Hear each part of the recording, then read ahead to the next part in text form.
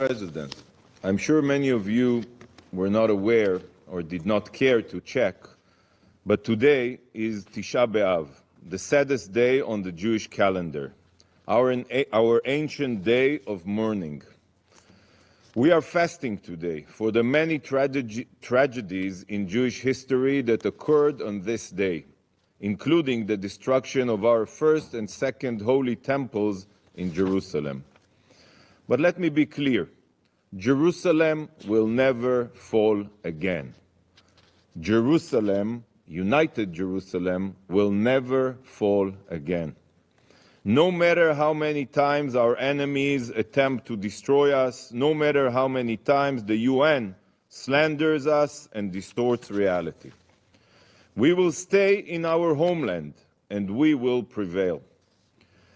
Mr. President, Council members, in the early hours of October 17th, 2023, reports flooded from Hamas Ministry of Health of an Israeli airstrike on Al-Ahli Hospital. You probably remember it.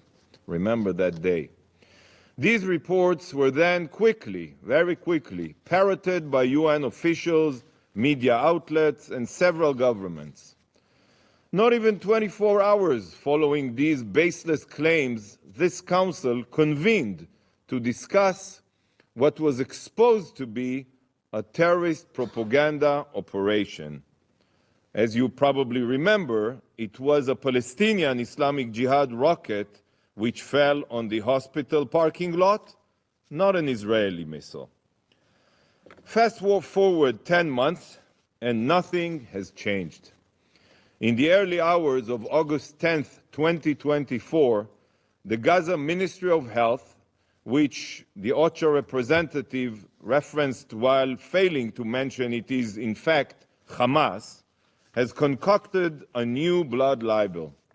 Once again, UN officials and media outlets were quick to echo this campaign of lies. I simply cannot comprehend that the United Nations Security Council would hold an emergency session based on jihadist propaganda.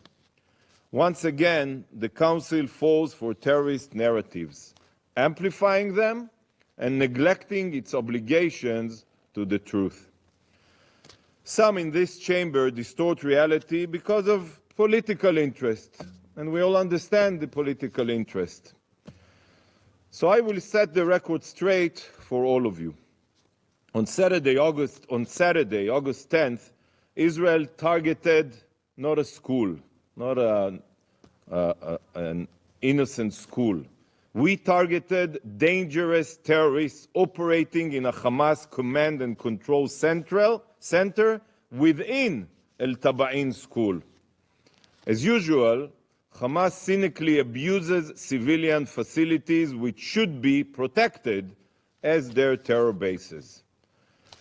This strike eliminated at least 31 Hamas and Palestinian Islamic Jihad terrorists who carried out attacks from inside this compound. These vile terrorists included platoon commanders, mortar and rocket operatives, cell commanders, and intelligence for their evil goals, and were in direct violation of international law. But do you hold Hamas accountable for the losses? No, of course not.